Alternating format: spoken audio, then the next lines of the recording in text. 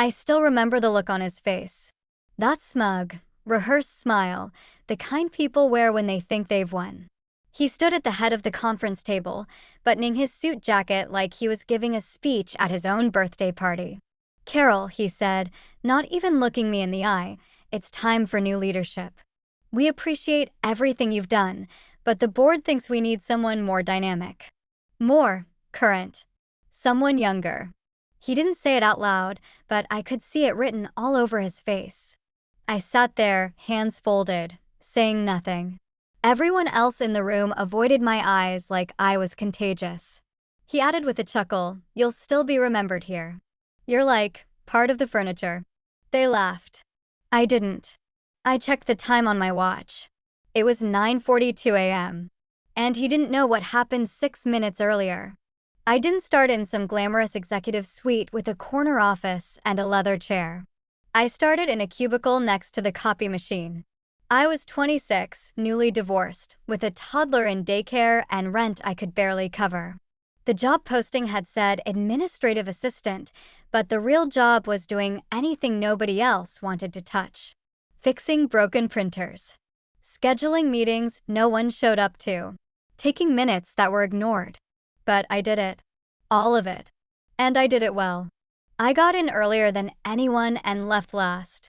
I took notes in meetings I wasn't invited to and stayed silent when people borrowed my ideas. I didn't complain when a junior manager once told me to act more cheerful on Mondays. I learned. I observed.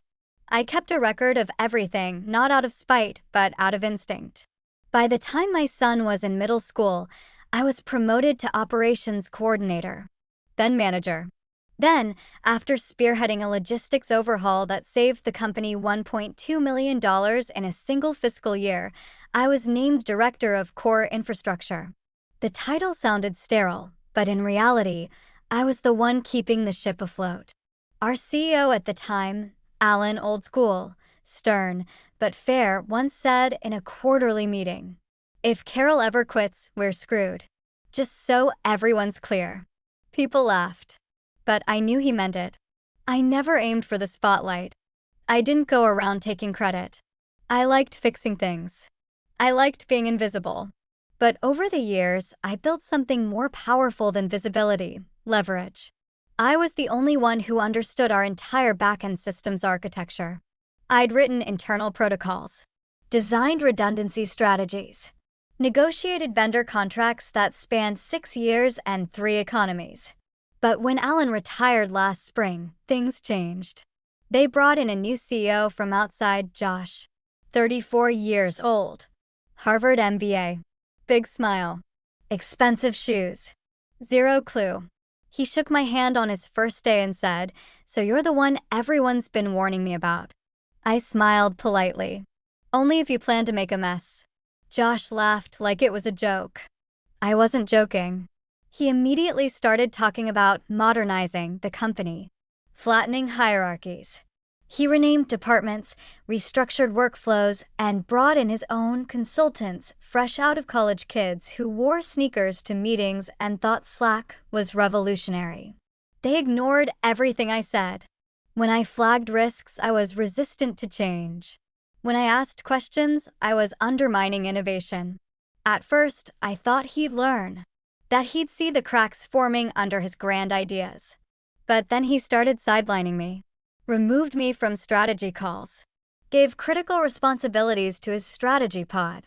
And when one of their changes led to a 72-hour outage in our European server region, he blamed legacy systems, aka the very structure I'd kept running for a decade without a hiccup.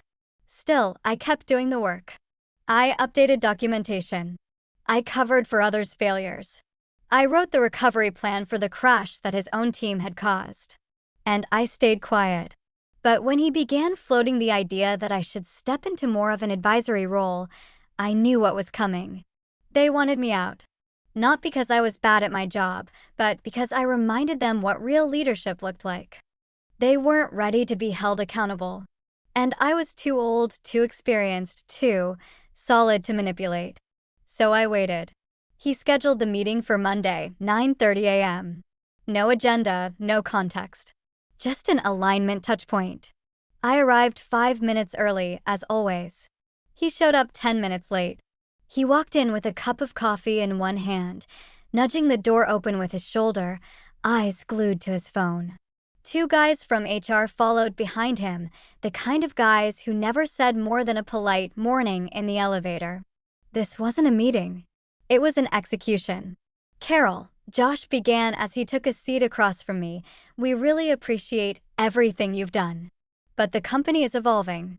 It needs to move faster. Lighter." I didn't respond. I rested my hands calmly in my lap. "These decisions are never easy," one of the HR reps said, trying to sound compassionate. "But we're confident you'll find new opportunities where your experience will be deeply appreciated." Josh gave a faux sigh, like this whole thing was hard for him. "You're too valuable to be stuck in operations," he added, "but too senior to fit into what we're building now."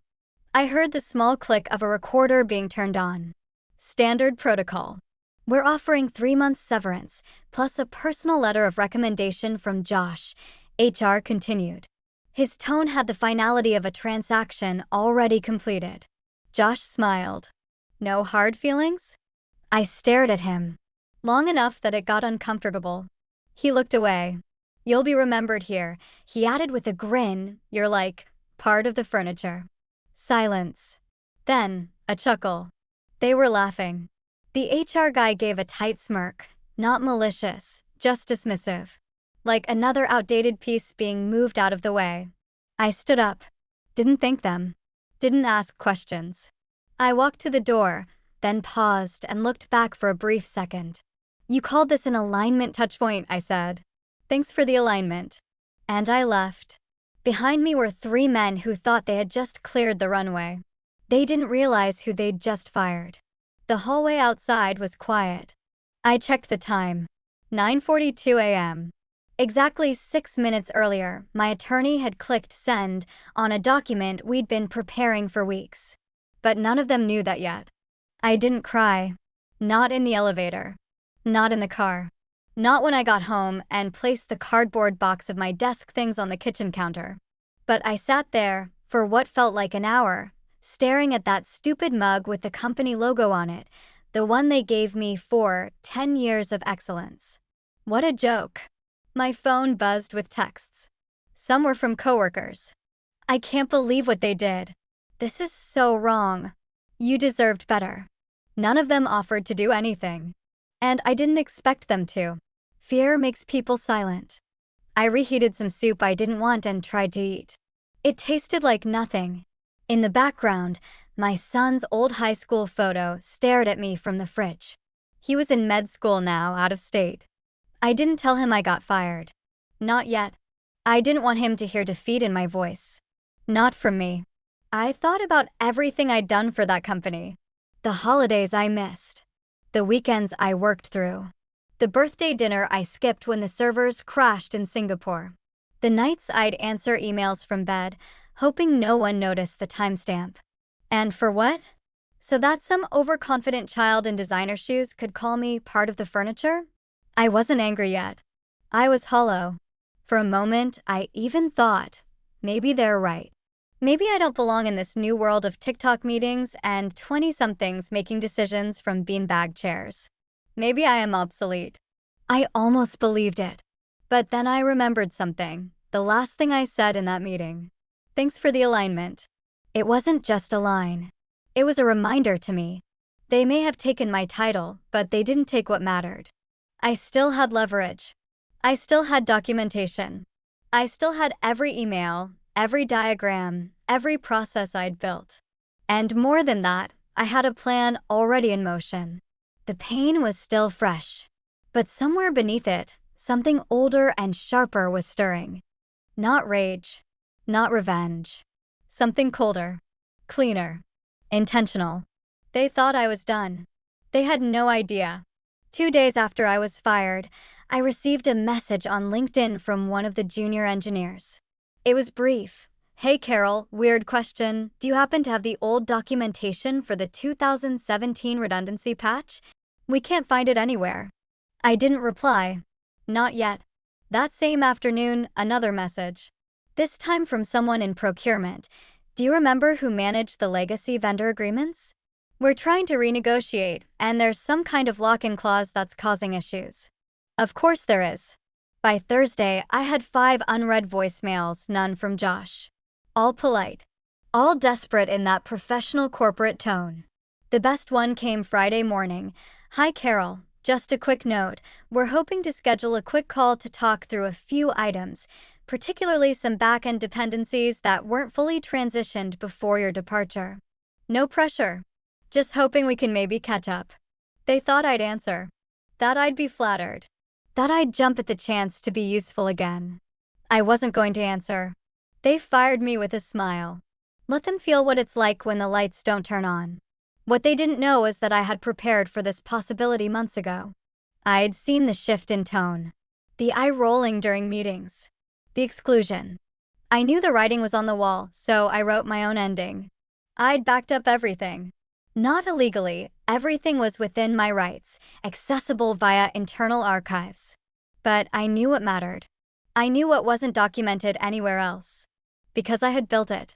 From scratch. The network maps. The escalation protocols. The contract renewal alerts. The compliance timelines. The unspoken relationships between departments that kept the chaos at bay. It wasn't just knowledge. It was connective tissue. And when they cut me out, they severed the veins and had no idea they were bleeding. But I wasn't going to patch their wounds for them. Instead, I made one call to someone who actually respected my work. His name was Raymond, CTO of a rapidly scaling logistics firm.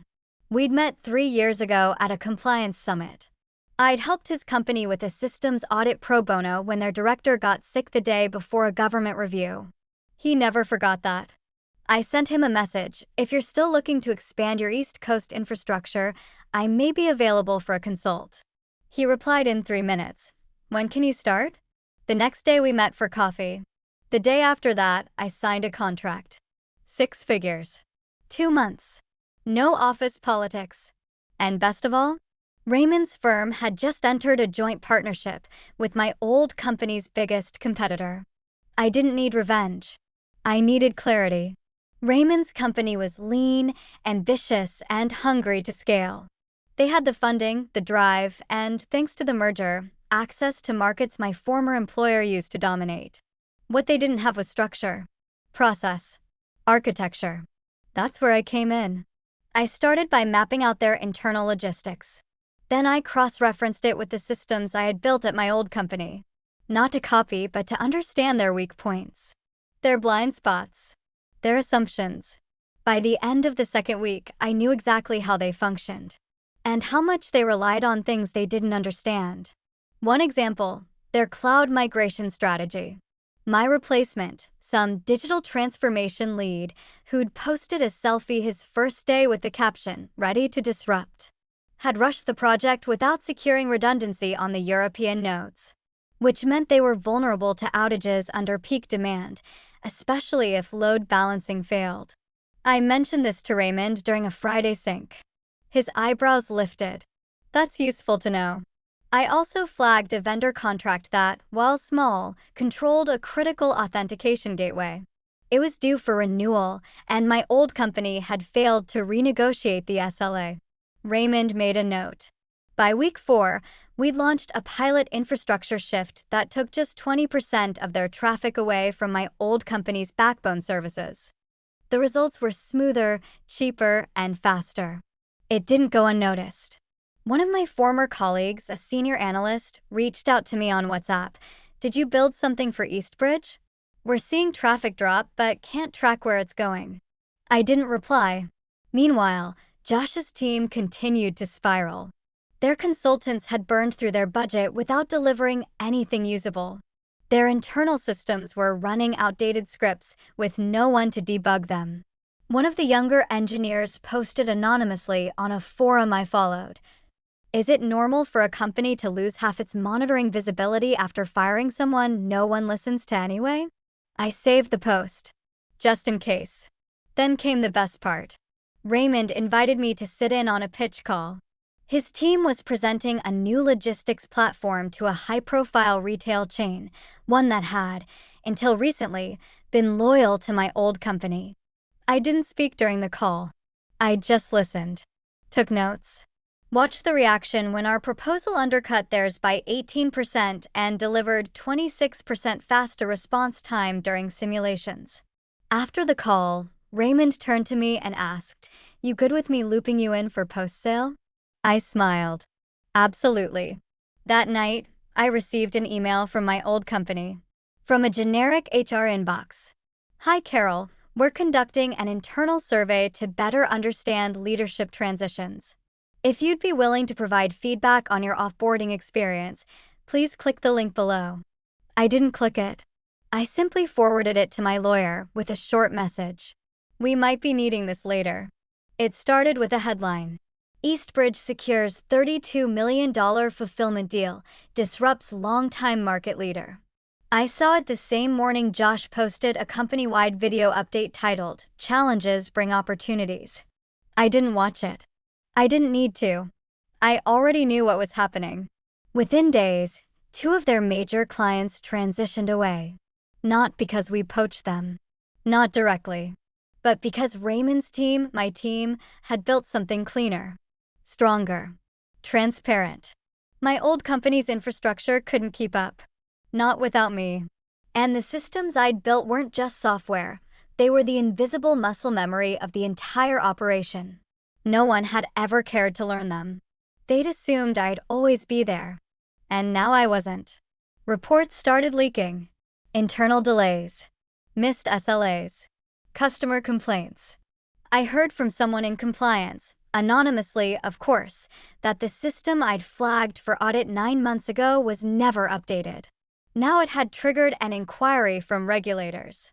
Fines were expected. PR was scrambling. Then came the internal resignations. The digital transformation lead left quietly. No goodbye post. Just vanished. 3 mid-level managers quit within a week. HR posted 3 listings with the same job title, but bumped the salary by 30%. They were desperate. And Josh? He gave an all-hands meeting that was streamed publicly by accident. Someone sent me the link. I watched him sweat through his button-down shirt as he stammered about temporary turbulence and how we're just adjusting to a more agile model. The comments were disabled halfway through. He never mentioned my name. Not once. But I saw it in his eyes. That moment where he realized this wasn't a hiccup. It was a reckoning. 1 week later, Raymond's company was invited to present at a high-profile logistics expo, one that Josh's team used to headline every year. We didn't boast. We just showed our numbers. Our uptime. Our responsiveness. It was quiet. Simple. Devastating. After the presentation, I stepped outside to get some air. And saw him. Josh. Across the street. Alone. Holding a phone to his ear, talking quickly, pacing like a man trying to fix a leak in a sinking ship. He didn't see me. I didn't wave. Didn't smirk. Didn't even slow down. But I paused, just briefly, to check the time. 9:42 a.m. Exactly 6 weeks to the minute since the alignment touchpoint. I never reached out to them. Not when the press coverage turned critical. Not when clients pulled out. Not when their stock dropped 7% in one day. Not when a recruiter called to tell me they were restructuring leadership and looking for a stabilizing executive presence. I declined. By then, I was already 2 weeks into my next project. Smaller company. Family-owned. Chaos everywhere. But the kind of chaos I loved, the kind that could be shaped into something solid. Something lasting. I worked quietly. Early mornings, coffee in hand. Late evenings, headphones on. No politics. No hidden knives. Just problems to solve. Systems to fix. One afternoon, the CEO, a woman in her 50s with the kind of weathered grace you only earn through hard decisions, stopped by my desk. "I heard what happened at your last job," she said softly. "They really screwed up." I looked up and smiled. "They gave me time. That's more valuable than they know." She nodded and walked away. And that was it. No applause. No revenge monologue. No parade. Just calm. People like Josh, they rise fast. They burn bright. They think leadership is a spotlight. But real power isn't loud. It's patient. It listens. It watches. It waits. And when the moment comes, it moves not to destroy, but to restore balance. I didn't need to take anything from them. They handed it over themselves. All I did was walk away at the right time. If you like this story, please like this video, subscribe to the channel, and share your impressions of this story in the comments.